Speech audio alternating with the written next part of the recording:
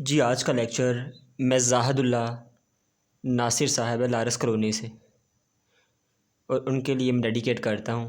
उनके वालिद साहब मोहतरम जनाब नासिर साहब और उनकी वालदा मोहतरमा सादिया नासिर साहिबा के लिए आज का लेक्चर जो है ना, कमेंट बॉक्स में उन्होंने बहुत मुझे असरार किया और फिर मैं आज का लेक्चर सारा उनको डेडिकेट करता हूँ।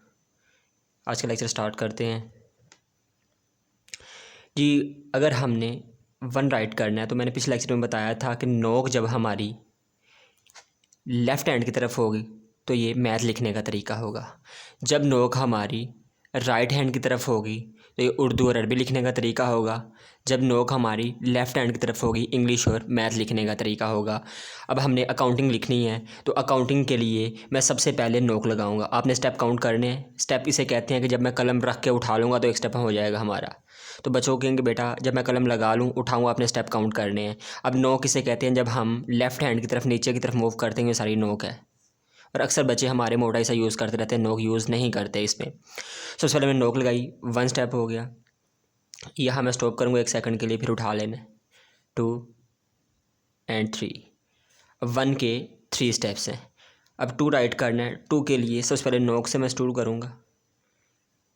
यहाँ स्टॉप किया, 2 स्टेप्स 3 और 4। 2 के 4 स्टेप्स हैं। अब 3 राइट करने के लिए नोक से स्टार्ट करवाएं, फिर मार्कर की मोटाई यूज़ करवाएं और सी की ऑपोजिट शेप यूज़ करें, सी की उलट शेप जो सी है, और बिल्कुल इसको इसके साथ मिला दें। और फर्स्ट स्टेप ये नोक मैंने लगा दी। ये हमारा 3 कंप्लीट हो गया। 4 राइट करना है। 4 के 3 स्टेप्स हैं, 1 2 एंड अगेन 90 के एंगल पे लाइन लगानी है और लाइन पे आके आपने स्टॉप कर देना है। 5 राइट करना है। 5 के लिए नोक लगाई और वही जो 3 में शेप यूज़ की थी वही 5 में यूज़ करनी है आपने, और ये हमारा 5 है। यहाँ आप डॉट भी ऐड कर सकते हैं। उसके बाद 6 राइट करना है। 6 के लिए बच्चे को ना सी की शेप ड्रा करना सिखाएं। ये सी की शेप ये है। उसके बाद यहाँ इसे मूव किया और यहाँ से इसे कलम को लेफ़्ट से राइट की तरफ मूव किया, और जो गलती अगर हो जाए आपकी तो नोक से आप उसे ठीक कर सकते हैं। 7 राइट करना है। 7 के लिए नोक, अगेन नोक और फिर ये मोटा सा। और बच्चे से पूछेंगे हाउ मेनी स्टेप्स ऑफ 7, वो बताएगा देयर आर 3 स्टेप्स ऑफ 7। फिर पूछें नोक इसमें नोक कितनी बार यूज़ हुई है, बताएं नोक 2 बार यूज़ हुई है, एक बार मोटा सा यूज़ हुआ है। 8 बनाने के लिए एस की शेप बच्चों को करवाएं।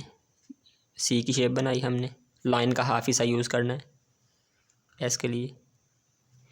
अब ये नोक इसके साथ और ये इसके साथ। जहाँ मैं कलम उठा लेता हूँ एक स्टेप कंप्लीट हो जाता है। अब 9 लिखने के लिए सी बनवाएं। ये मैंने एक ही शेप बना ली और यहाँ से नीचे एक लाइन लगवा दी। 0 लिखने के लिए देखिएगा,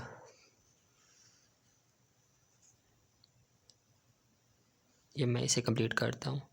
तो आज का लेक्चर जो हमने इसमें A to Z हमने सारी काउंटिंग की है। ठीक है, तो इसमें जो भी आप सवाल करना चाहें, जहाँ से आपको नहीं समझ आया तो आप इसमें सवाल कर सकते हैं। ठीक है, कमेंट बॉक्स में कमेंट करें तो इंशाल्लाह जो आपकी प्रॉब्लम होगी उस पर मैं मज़ीद वीडियो बनाता रहूँगा। बिलाल एजाज़ स्किल्स एकेडमी मेरे चैनल्स को सब्सक्राइब करें और कमेंट बॉक्स में कमेंट करें जो भी आपका इशू है। Thanks for today. अल्लाह हाफिज़।